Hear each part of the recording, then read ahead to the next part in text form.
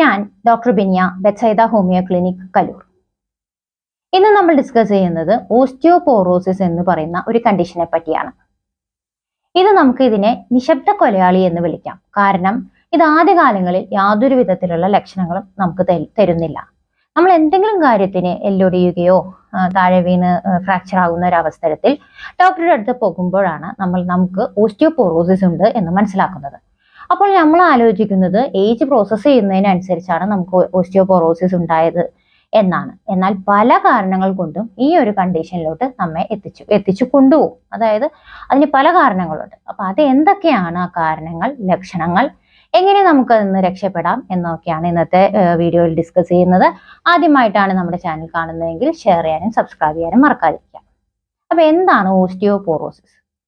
Osteo arthritis അല്ല. Osteoporosis എന്ന് പറയുന്നത് നമ്മുടെ ശരീരത്തിലെ എല്ലുകളിൽ ഏത് ഭാഗത്തുള്ള എല്ലുകൾ വേണമെങ്കിലും ദ്രവിച്ചു പോകുന്ന അല്ലെങ്കിൽ ദുർബലമായി പോകുന്ന ഒരവസ്ഥയാണ് ഓസ്റ്റിയോപോറോസിസ് എന്ന് പറയുന്നത്. അത് നമ്മുടെ സ്പൈൻ ആകട്ടെ, ചിലപ്പോൾ കാലിൻ്റെ എല്ലുകളായിരിക്കാം, അല്ലെങ്കിൽ തുടയുടെ എല്ലുകളായിരിക്കാം, ഹിപ്പായിരിക്കാം, ഏത് ഭാഗത്ത് വേണമെങ്കിലും ഇത് വരാം. ഇത് നമ്മുടെ എല്ലുകൾ ദുർബലമാകുന്നു, തുടർന്ന് പെട്ടെന്ന് ഫ്രാക്ചർ ഉണ്ടാകാൻ, അതായത് എല്ല് ഒടിഞ്ഞു പോകാനുള്ള സാധ്യത കൂടുന്നു. എന്തായിരിക്കാം ഇതിന്റെ കാരണങ്ങളോടൊപ്പം തന്നെ ഞാൻ എന്ത് ചെയ്താൽ നമുക്കതിന് രക്ഷപ്പെടാം എന്നും കൂടി പറഞ്ഞു തരികയാണ്. പ്രത്യേകിച്ചും ഒരു 5 കാര്യങ്ങളാണ് ഞാൻ മനസ്സിലാക്കി തരുന്നത്. ആദ്യത്തെ കാര്യം, ഒട്ടും എക്സർസൈസ് ഇല്ലാതെ വീട്ടിലിരിക്കുന്ന ഒരു 60 വയസ്സിന് മീതെയുള്ള ആളുകൾ, അല്ലെങ്കിൽ ഓഫീസിൽ വർക്ക് ചെയ്യുന്നവർ, എല്ലാം മെന്റൽ ആക്ടിവിറ്റീസ് ആണ് ഇപ്പൊ കൂടുതലായിട്ടുള്ളത്. ഫിസിക്കൽ ആക്ടിവിറ്റീസ് കുറവുള്ള, കമ്പ്യൂട്ടറിന്റെ മുന്നിലിരിക്കുന്നവർ, ഈവൻ ഡോക്ടേഴ്സ് ആണെങ്കിലും നമ്മൾ പ്രിസ്ക്രൈബ് ചെയ്യുന്നു എന്നല്ലാതെ വേറെ വർക്കുകളൊന്നും വരാത്ത ആളുകൾ, എല്ലാവരും ഇത് ഇരുന്ന് ജോലി ചെയ്യുന്ന എല്ലാവർക്കും ഈ ഒരു പ്രശ്നം ഉണ്ടാകാം. കാരണം ഇവർക്ക് എക്സർസൈസ് കുറവാണ്. മാത്രമല്ല എല്ലുകൾ ദുർബലമാകുന്നു, തുടർന്ന് മസിൽസ്, ഈ എല്ലിനോടുള്ള ബന്ധം കുറയുന്നു, മസിൽസും വീക്ക് ആവുന്നുണ്ട്. പിന്നെ രക്തയോട്ടം കുറയുന്നത് വഴി നമുക്ക് പെട്ടെന്ന് തന്നെ എല്ലുകൾ പൊട്ടിപ്പോകാനുള്ള ഒരു സാധ്യതയുണ്ട്. ഇതിന് നമ്മൾ എന്ത് ചെയ്യണം? മെയിനായിട്ട് ഈ ഓൾഡ് ഏജിലിരിക്കുന്ന ആളുകൾ ശ്രദ്ധിക്കേണ്ടതാണ്. ഒരുപാട് പേഷ്യൻസ് പറയുന്നതാണ്, ഞാൻ വീട്ടിലൊന്നും ചെയ്യാറില്ല, വരും, TV കാണും, ഭക്ഷണം കഴിക്കും. അങ്ങനെ ഒരു 60+ ഉള്ള ആളുകൾ കൂടുതലും വീട്ടിൽ തന്നെ ഇരിക്കുന്നവരാണ്.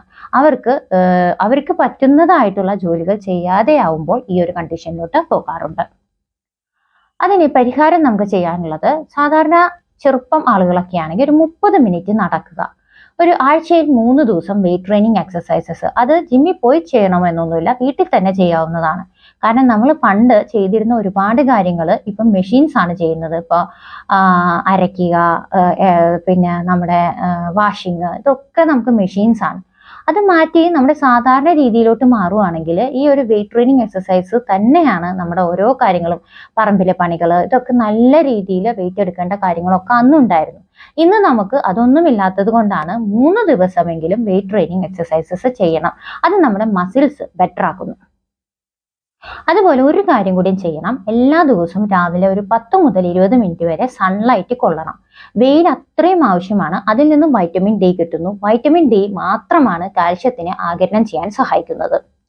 ഇതേപോലെ ഇതാണ് ആദ്യത്തെ ഒരു മാറ്റർ. അതായത് നമുക്ക് എക്സർസൈസ് ഇല്ല, നമ്മൾ ഒട്ടും എക്സർസൈസ് ഇല്ലാന്ന് പോട്ടെ, നമുക്ക് മൂവ്മെന്റ്സ് ഇല്ല, ഒരു ചലനം ഇല്ല എന്നുള്ളതാണ് നമ്മുടെ പ്രശ്നം. രണ്ടാമത്തെ പ്രശ്നം, നമുക്ക് ആവശ്യത്തിനുള്ള സൂര്യപ്രകാശം കിട്ടുന്നില്ല എന്നുള്ളതാണ്. സൂര്യപ്രകാശം കിട്ടാത്തതിന്റെ പ്രധാന കാരണങ്ങൾ, ഒന്ന്, നമുക്ക് രാവിലെ എഴുന്നേറ്റ് നമ്മൾ എക്സർസൈസ് ചെയ്യാൻ പുറത്തൊന്നും പോകുന്നില്ല, കൂടുതലും അകത്ത് തന്നെയാണ് നമ്മൾ ഇരിക്കുന്നത്. ഒരുപാട് പേര് വീടിനോട് ബന്ധപ്പെട്ട് തന്നെ ഇരിക്കുന്നവരുണ്ട്, പുറത്തിറങ്ങാത്തവര്, വർക്കിങ്ങിനും പോകുന്നില്ല, വർക്കൊന്നും ചെയ്യാതെ അകത്ത് തന്നെ ഇരിക്കുന്നവർ. പിന്നെ ചിലവരുടെ വസ്ത്രധാരണങ്ങൾ, പ്രത്യേക തരത്തിലുള്ള വസ്ത്രധാരണങ്ങളും, പിന്നെ അതേപോലെ തന്നെ നമ്മുടെ കളർ കുറയും. അങ്ങനെ പല ബ്യൂട്ടി കോൺഷ്യസ് ആയിട്ടുള്ള ആൾക്കാരും എന്ത് ചെയ്യുന്നു, ഒന്നില്ലെങ്കിൽ സൺസ്ക്രീൻ ഉപയോഗിക്കുന്നു, അല്ലെങ്കിൽ നമ്മൾ അതിനനുസരിച്ചുള്ള വസ്ത്രധാരണങ്ങൾ സ്വീകരിക്കുന്നു. അപ്പൊ ഇതൊക്കെ നമുക്ക് എന്താണ്, തീരെ വെയിൽ കൊള്ളാതിരിക്കാൻ ഒരു കാരണമാകുന്നു. അപ്പൊ അതും ഒരു റീസൺ ആണ്. അപ്പൊ അതുകൊണ്ട് തന്നെ ഇതിന് നമുക്ക് പ്രതിവിധിയായിട്ട് ഒരു 30 മിനിറ്റ്, 20 to 30 മിനിറ്റ് രാവിലെ വെയിൽ കൊള്ളാനുള്ള രീതിയിൽ, എക്സർസൈസിനോടൊപ്പം തന്നെ വെയിൽ കൊള്ളുകയോ അല്ലെങ്കിൽ സാധാരണ രീതിയിൽ സൺലൈറ്റ് കൊള്ളുന്ന സ്ഥലത്തിരുന്ന് വായിക്കുകയോ പഠിക്കുകയോ എന്തെങ്കിലും ചെയ്യാവുന്നതാണ്. ഇതിനു പുറമെ നമുക്ക് ചെയ്യാവുന്നത്, കാൽഷ്യം അടങ്ങിയ ഭക്ഷണങ്ങൾ വൈറ്റമിൻ ഡി, കാൽഷ്യം ഒക്കെ അടങ്ങിയ പാലുൽപ്പന്നങ്ങൾ, അതേപോലെ തന്നെ പ്രോട്ടീൻ അടങ്ങിയ ഭക്ഷണങ്ങൾ, നല്ല നല്ല ഭക്ഷണങ്ങൾ ആഡ് ചെയ്യാനായിട്ട് ശ്രദ്ധിക്കുക. അതിൻ്റെ കൂടെ തന്നെ വേണമെങ്കിൽ നമുക്ക് ഒട്ടും കിട്ടുന്നില്ല എങ്കിൽ ഫോർട്ടിഫൈഡ് ഫുഡ്സ്, ഇപ്പോൾ വൈറ്റമിൻ സി, കാൽഷ്യം ഇതൊക്കെ അടങ്ങിയ എല്ലാ ഫോർട്ടിഫൈഡ് പാലോ അല്ലെങ്കിൽ ഫോർട്ടിഫൈഡ് ഭക്ഷണങ്ങളോ നമുക്ക് ഭക്ഷണത്തിൽ ഉൾപ്പെടുത്താവുന്നതാണ്. ഇനി ഒരു പ്രശ്നം എന്താന്ന് വെച്ചാൽ നമുക്ക് ആവശ്യത്തിനുള്ള ഭക്ഷണം എത്തുന്നില്ല എന്നുള്ളതാണ്. അതിന് റീസൺ ഡയറ്റ് ആയിരിക്കാം, അല്ലെങ്കിൽ പല കാരണങ്ങളായിരിക്കാം. ഡയറ്റുള്ള ആൾക്കാർക്ക് ആവശ്യത്തിനുള്ള പ്രോട്ടീൻ എത്തുന്നില്ല, ആവശ്യത്തിനുള്ള കാൽഷ്യം എത്തുന്നില്ല. പിന്നെ ചില ആളുകൾക്ക് മറ്റ് പല പ്രശ്നങ്ങൾ കൊണ്ട്, പല അസുഖങ്ങൾ കൊണ്ട് പലതും ഭക്ഷണം കഴിക്കാൻ പറ്റുന്നില്ല. തൈറോയ്ഡ് പ്രോബ്ലംസ്, അല്ലെങ്കിൽ പലതരത്തിലുള്ള അസുഖങ്ങൾ കൊണ്ട് സ്റ്റീറോയിഡ് കഴിക്കുന്ന ആളുകൾ, ഇങ്ങനെയൊക്കെ ഉള്ളവര് നമ്മുടെ ഭക്ഷണത്തിൽ ആവശ്യത്തിനുള്ള കാര്യങ്ങൾ, അതായത് അവരുടെ ഫുഡിനനുസരിച്ച് ആവശ്യത്തിനുള്ള കാര്യങ്ങൾ. പിന്നെ ഏറ്റവും ശ്രദ്ധിക്കേണ്ടത് എന്താണെന്ന് വെച്ചാൽ ഈ മറ്റുള്ള സാധനങ്ങൾ, അതായത് ഇപ്പോൾ ജങ്ക് ഫുഡ് പോലെയുള്ള സാധനങ്ങൾ ഒഴിവാക്കിയിട്ട് നല്ല ഭക്ഷണങ്ങളിലോട്ട് മാറാനായിട്ട് ശ്രദ്ധിക്കുക. കുട്ടികളാണെങ്കിലും ഈ ജങ്ക് ഫുഡ് കൂടുതലായിട്ട് കഴിക്കുന്നവർക്ക് സാധാരണ ഫുഡ്, അതായത് നല്ല നല്ല പാല്, മുട്ട, പ്രോട്ടീൻ അടങ്ങിയതൊന്നും കഴിക്കാനായിട്ടുള്ള വിശപ്പ് വരുന്നില്ല. ടേസ്റ്റുള്ള ഫുഡുകൾ കഴിച്ചത് കൊണ്ട് തന്നെ മറ്റുള്ളത് ഇഷ്ടപ്പെടാതെ പോകുന്നുണ്ട്. അപ്പം അതും ശരിയാക്കി ഭക്ഷണത്തിൽ റാഗി, ഓട്സ്, അതേപോലെയൊക്കെയുള്ള സാധനങ്ങൾ, ബദാം, ഡ്രൈ ഫ്രൂട്ട്സ്, ഇങ്ങനെയൊക്കെയുള്ള സാധനങ്ങൾ നല്ല രീതിയിൽ ചേർക്കാനായിട്ടും പച്ചക്കറികൾ, പഴങ്ങളൊക്കെ കഴിക്കാനും ശ്രദ്ധിക്കണം. ഇനിയുള്ളത് ചായ, കാപ്പി, അതേപോലെ കാർബണേറ്റഡ് ഡ്രിങ്ക്സ്, ഇങ്ങനത്തെ സോഡ പോലുള്ള സാധനങ്ങളൊക്കെ കൂടുതലായിട്ട് കഴിക്കുന്നത്. ഇത് നമ്മുടെ രക്തയോട്ടം കുറയ്ക്കുകയും അതേപോലെ കാൽഷ്യത്തിന്റെ ആഗിരണം കുറയ്ക്കുകയും ചെയ്യുന്നുണ്ട്. അപ്പൊ ഈ ഒരു സാധനങ്ങൾ കഴിക്കുന്ന സമയത്ത് ഇതിലെ ഫോസ്ഫറസിന്റെയും കാൽഷ്യത്തിന്റെയും ഒക്കെ അളവ് തെറ്റിപ്പോകുന്നുണ്ട്. അതുകൊണ്ട് തന്നെ കഫീൻ അടങ്ങിയിരിക്കും, ചായയിലും കാപ്പിയിലും കഫീനാണ് അടങ്ങിയിരിക്കുന്നതെങ്കിൽ നമ്മുടെ കാർബണേറ്റഡ് ഡ്രിങ്ക്സിൽ കൂടുതൽ ആസിഡ് അതായത് ഫോസ്ഫോറിക് ആസിഡ് കൂടുതലാണ്. അപ്പൊ ഇതെല്ലാം ഉള്ളത് കൊണ്ട് തന്നെ നമ്മുടെ കാൽഷ്യത്തിന്റെ അളവ് ശരീരത്തിൽ കുറഞ്ഞു പോകുന്നു. അപ്പൊ അതിന് പകരം നമുക്ക് ചെയ്യാവുന്നത് മോര്, അല്ലെങ്കിൽ തേങ്ങാവെള്ളം, മറ്റുള്ള ഗ്രീൻ ടീ പോലുള്ളത്, ഇതൊക്കെ നമുക്ക് ചേർക്കാം.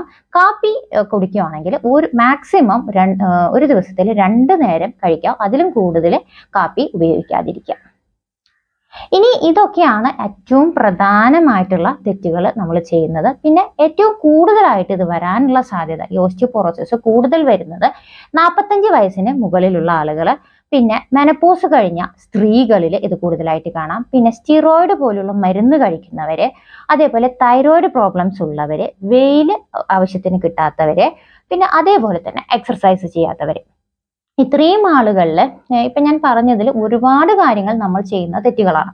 അപ്പൊ ഈ തെറ്റുകൾ ചെയ്യുന്നത്, അതായത് ഇപ്പൊ ഈ പറഞ്ഞ കാര്യങ്ങൾ നമ്മൾ ശ്രദ്ധിക്കാതെ വിട്ടുകഴിഞ്ഞാൽ പിന്നീട് ഒരു ദിവസം ആയിരിക്കും ഇതിന്റെ ഭവിഷ്യത്ത്. അതായത് നമ്മളിപ്പോൾ ഒരു ഫ്രാക്ചർ ആയിട്ട് ചെല്ലുമ്പോഴായിരിക്കാം ഫ്രാക്ചർ ശരിക്ക് ആവുന്നില്ല, അല്ലെങ്കിൽ ആവശ്യത്തിനുള്ള കാൽഷ്യം നിങ്ങളുടെ ബോഡിയിലില്ല, വൈറ്റമിൻ ഡി ശരിയായിട്ട് വർക്ക് ചെയ്യുന്നില്ല, കാൽഷ്യം ശരിയായിട്ട് ആഗിരണം ചെയ്യുന്നില്ല, ഇങ്ങനെ പല കാരണങ്ങൾ പറയുന്നത്.